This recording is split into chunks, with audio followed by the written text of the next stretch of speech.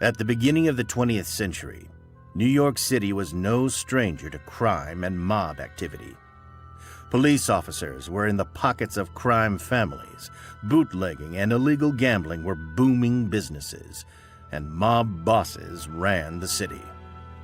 Over in Harlem, illegal gambling known as numbers rackets was the name of the game.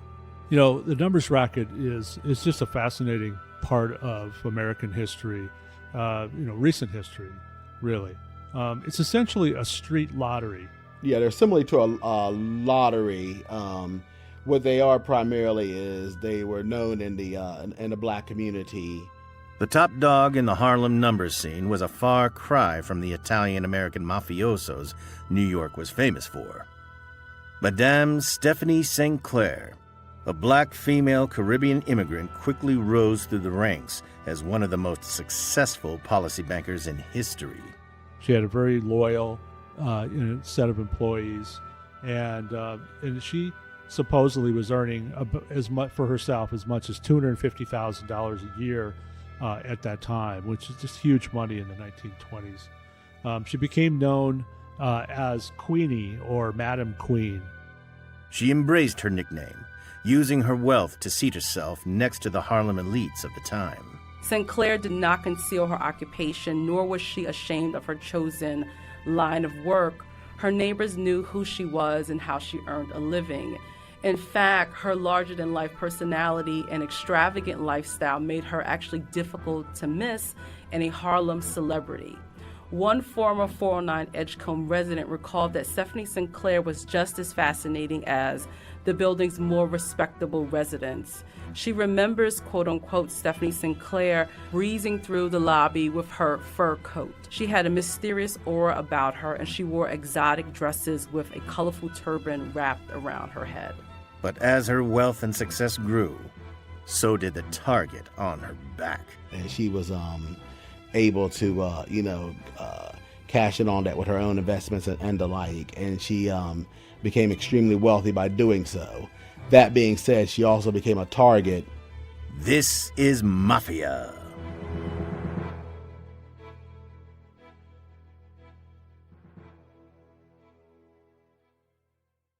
There's a lot of mystery surrounding the early years of Stephanie St. Clair.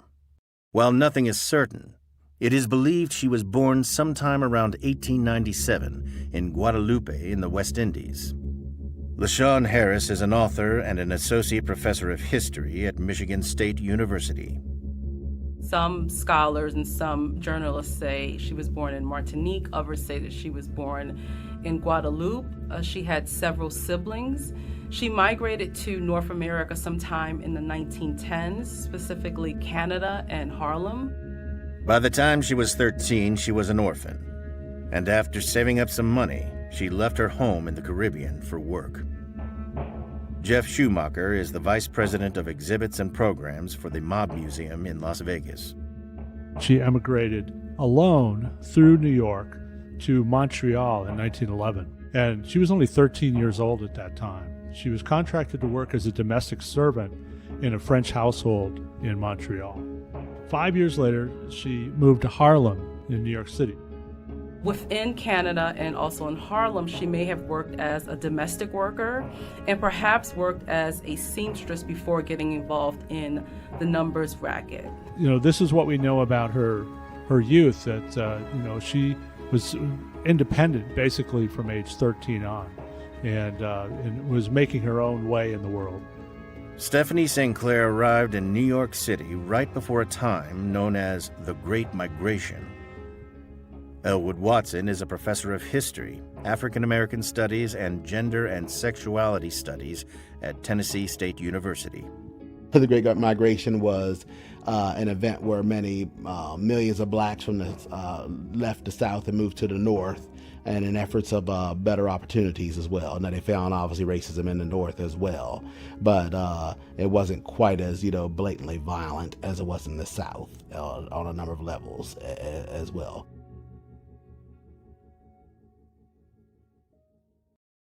During this time, St. Clair used her foreign status as an advantage. It is believed that due to her ability to speak French, she was able to improve her own status. She was French Caribbean, and in the United States at that time, being French Caribbean in the city and urban areas was a kind of an advantage for her because she was able to speak French, and she used that fact that she was of French Caribbean heritage, and she used that as a kind of a weapon to enact a degree of superiority among other African Americans. You have to realize this was the early 20th century, and a time of deep legal racial strife and degradation and humiliation that was directed toward people of color. She was well aware of that fact, and she did not hesitate to utilize the fact that she was Caribbean and could speak foreign languages, or at least one foreign language, to her advantage. Her early days in Harlem were not out of the ordinary for the time. She spends, I believe, a significant amount of time as a domestic worker or as a low-wage worker, and also as a housewife. In terms of her socialization within early 20th century New York, she may have socialized with church members, neighborhood folk, people who were from Guadeloupe or the French Caribbean, as well as some of her husband's relatives. Given what we know about Black women's labor in New York, in terms of domestic work, that could have meant she cleaned other people's house, particularly white New Yorkers. That could mean she served as a cook. That could also mean she served as a laundress. But given, again, what we know about Black women's labor in urban settings, she probably cleaned house. She probably cleaned the houses of white New Yorkers. After moving to Harlem, St. Clair married a man named George. However, the two eventually separated.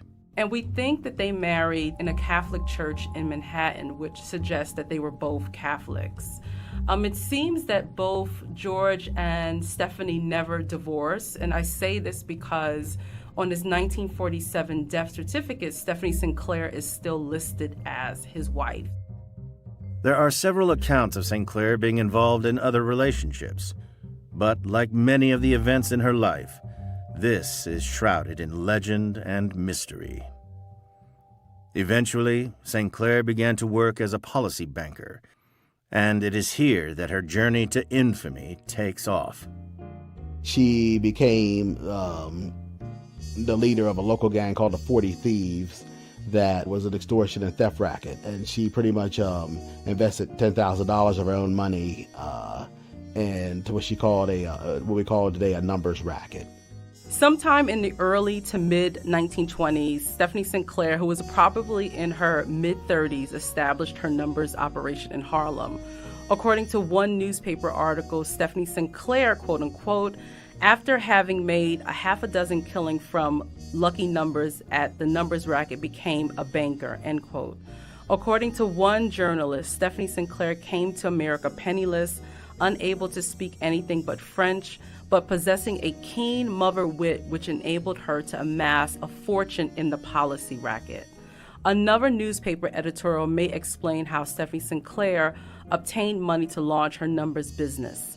In 1923, Stephanie Sinclair filed a lawsuit against her apartment building owner and a city marshal, claiming she was illegally evicted from her apartment on West 135th Street. In that particular lawsuit, Madam Stephanie Sinclair claimed that eviction papers by the city marshal were never served on her, and that her furniture, silverware, and other household effects were placed on the street, which were later stolen by bystanders. Siding with Stephanie Sinclair, a local Manhattan court rewarded her a judgment of about $1,000. Money received from that particular lawsuit perhaps was used to finance Sinclair's gambling business. Policy banking or numbers rackets were a common form of illegal gambling in New York. Players would pick 3 numbers with the hopes of winning big. The numbers racket is just a fascinating part of American history, recent history, really. It's essentially a street lottery. Yeah, they're similar to a lottery.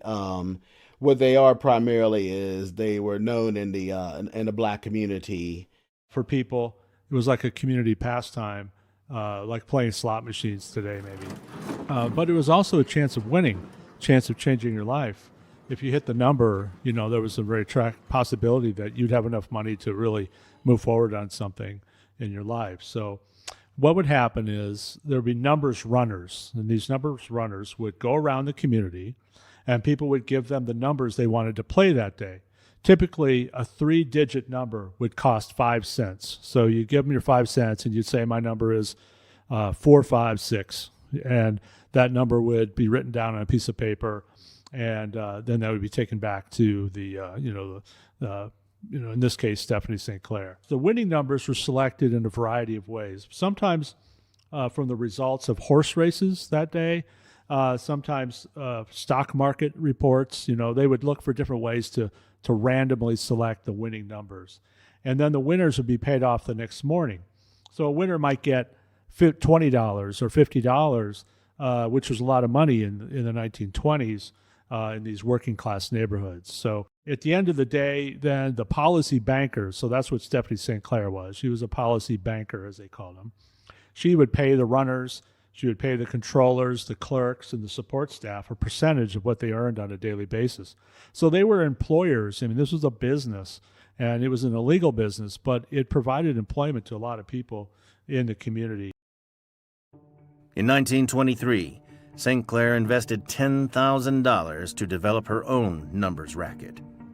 A large chunk of change now, but it was a shockingly large amount of money for the time. It's a lot of money. It's not clear where she got that much money, but she could have saved it up from her work in the numbers racket. People wonder, well, how successful was she? She was incredibly successful. She was well-known, well-regarded in the community. Along with making an enormous amount of money, St. Clair allegedly aided her community.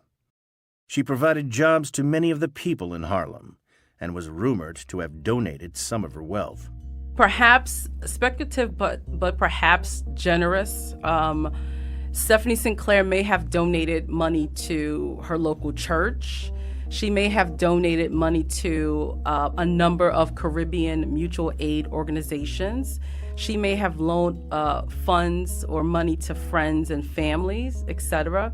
If she was really invested in Black progress and survival projects that embrace ideas about racial uplift, she would have probably donated money to local civil rights organizations such as the NAACP, the National Urban League, and other race and gender-based national and local civil rights organizations. If we're also talking about helping or aiding the African American community, Stephanie St. Clair employed Black numbers runners and clerks, and she also employed bodyguards, and she employed Black women household workers as domestics and maids and cooks. She had a very loyal set of employees, and she supposedly was earning as much for herself as much as $250,000 a year at that time, which is just huge money in the 1920s. She became known as Queenie or Madam Queen. People often say that the numbers bosses in places like Harlem and elsewhere were described as kings and queens.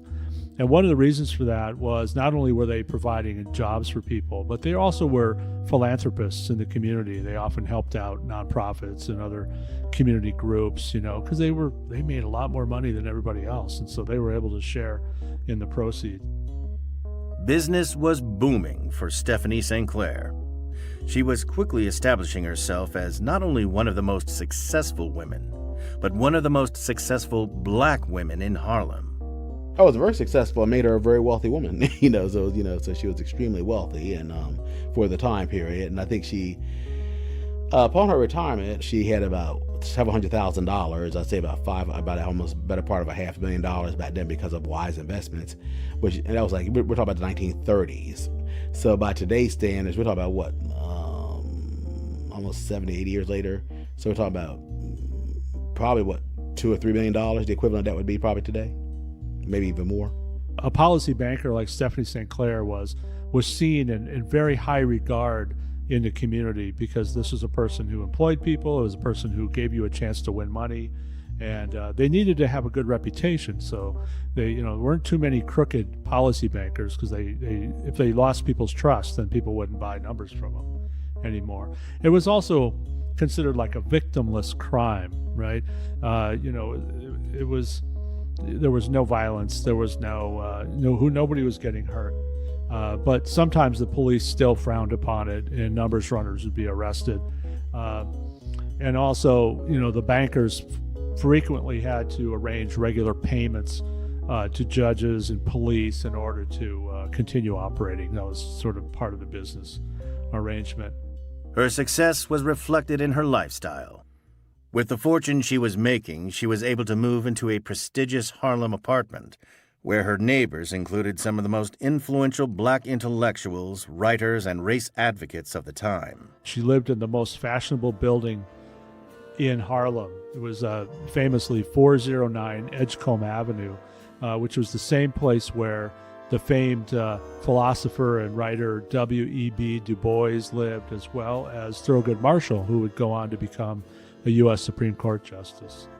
These were her neighbors, and she was still the top person in the roost. I mean, she wore fur coats and she rode around in a limousine, and people looked up to her. Sinclair did not conceal her occupation, nor was she ashamed of her chosen line of work. Her neighbors knew who she was and how she earned a living. In fact, her larger-than-life personality and extravagant lifestyle made her actually difficult to miss and a Harlem celebrity. One former 409 Edgecombe resident recalled that Stephanie Sinclair was just as fascinating as the building's more respectable residents. She remembers, quote-unquote, Stephanie Sinclair breezing through the lobby with her fur coat. She had a mysterious aura about her, and she wore exotic dresses with a colorful turban wrapped around her head. St. Clair was seen by many as being sophisticated and larger than life.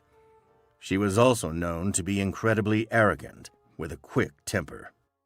She was conscientious. She was socially conscientious, and I think a lot of that had to do with the fact that she was Caribbean, and there's been many talks and discussions about the fact that a lot of times Black Caribbeans had their freedom centuries before African Americans did here in the United States. And because of that, her mindset, I think, was a lot more independent, and she felt much more willing and able. She felt she was equally even better than many, white Americans. And at that time, that was a very, very bold attitude to partake in, and also could be very dangerous, obviously. The 1920s and 30s are remembered as being glamorous, a time of booming financial landscape, new technological marvels, and Gatsby-esque parties. But amidst it all, racial injustice continued to affect minority communities. It was common for people to publish articles in newspapers to bring awareness to the issues that plagued their neighborhoods. Ads in the New York Amsterdam News were part of Black New Yorkers' long-standing struggles against Jim Crow North and state-sanctioned violence / police brutality. Ads were about politics.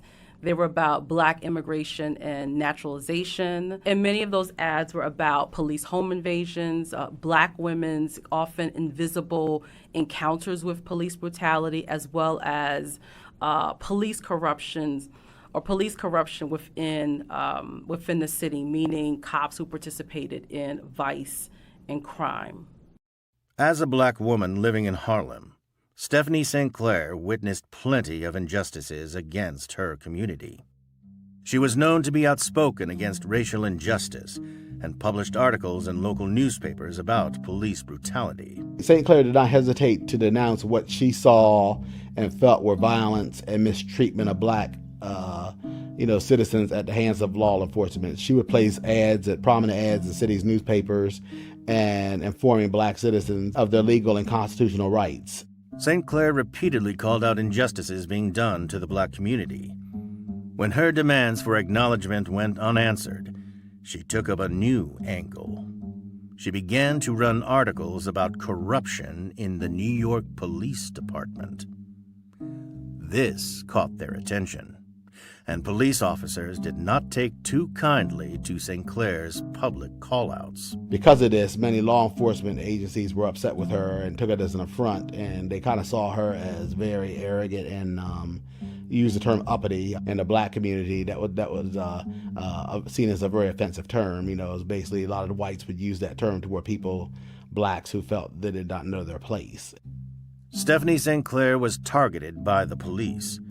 While the call-outs were a common occurrence at the time, St. Clair had ties to many law enforcement officers and could easily cause many problems for the NYPD. Still, they were intent on silencing her. Well, she was very visible. Her race and gender made her visible. Her participation in the numbers racket made her visible. And most importantly, her calling out the cops, challenging police authority, testifying publicly in newspaper about their misconduct made her a target. But most importantly, she as a black woman was stepping out of her place. And by out of her place, I mean she wasn't being submissive, she wasn't being deferential to whites, and she refused to embrace a code of silence when it came to vice and police officers. And I think they felt, also she was black. She was also female. So that was also another source of contention among some of these very, very, sexist and racist cops. And they saw her behavior as an affront to them and as well. And because of that, she was targeted. In retaliation for the bad press, police arrested Stephanie St. Clair in 1928. She was sentenced to 8 months in a workhouse. She was prosecuted on trumped-up charges of, number racketing, gambling, and the like. When she emerged from the workhouse, Stephanie St. Clair was determined to do 2 things: reclaim her place at the top of the Harlem numbers racket scene, and expose the role law enforcement played in New York City's illegal lottery. Stephanie St. Clair was not shy about expressing her opinion publicly. And as you can tell from the descriptions of her, she was not somebody who hid in the shadows of Harlem. She was out front about everything that she was doing, and she had to pay people off in order to make that happen. She needed police officers and judges and others in her pockets so that she could do that, so she could drive around in a limousine and not be bothered. Despite the vulnerable position this put her in December 1930, Stephanie St. Clair appeared before the Seabury Commission to provide testimony for an ongoing investigation concerning corruption in both the NYPD and the Bronx and Manhattan court systems. And she testified against what she thought were the rampant corruption within the police force, and police forces in major cities at that time, and even probably in smaller towns, and even today, police corruption is nothing new. So she testified against several of the police officers of what she said was illicit businesses and dealings that took place among the police, and briberies that they took, some of them from her and others as well. Regardless of the potential risks, Stephanie St. Clair appeared before the Seabury Commission in December of 1930. Appearing before the commission, Stephanie St. Clair, of course, lavishly dressed in her mink coat, a chic hat, was ready to testify about her experiences as a numbers banker and really about her business relationships with the police. So according to Stephanie St. Clair, quote unquote, she sent payments of $100 and $500 to a lieutenant who worked at a Harlem precinct and paid cops a total of $6,000 to avoid arrests. And based on this particular candid testimony, a lieutenant and 13 other men were suspended from the NYPD. I mean, there's a lot of money that she had paid to officers, and her testimony, in part, led to 18 officers being suspended based on the evidence presented to the Seabury Commission. So ultimately, with all this corruption being revealed, Mayor Jimmy Walker was forced to resign. He was a very, in many ways, beloved mayor of New York, but he was definitely a guy who liked his vice and had no problem, with these things going on in his city. But with all of this corruption, people just couldn't take it anymore, and Jimmy Walker had to go. So Stephanie St. Clair had a little bit to do with that. It was a win for St. Clair and her numbers racket. So she was able to kind of, crack that blue wall, so to speak, because of what she was able to know and what she was able to testify in regards to police corruption. With the trial over, St. Clair returned to her place as the Queen of Policy Rackets. However, change was afoot in Harlem. As Prohibition was coming to a close, other New York mafia groups were struggling for business. They caught wind of the Harlem gambling scene and saw new territory to take over. Stephanie St. Clair was not about to let anyone encroach on her business or intimidate her into giving up her earnings. Not the Jewish mafia, not the Italian mafia, and certainly not the infamous mafioso Dutch Schultz.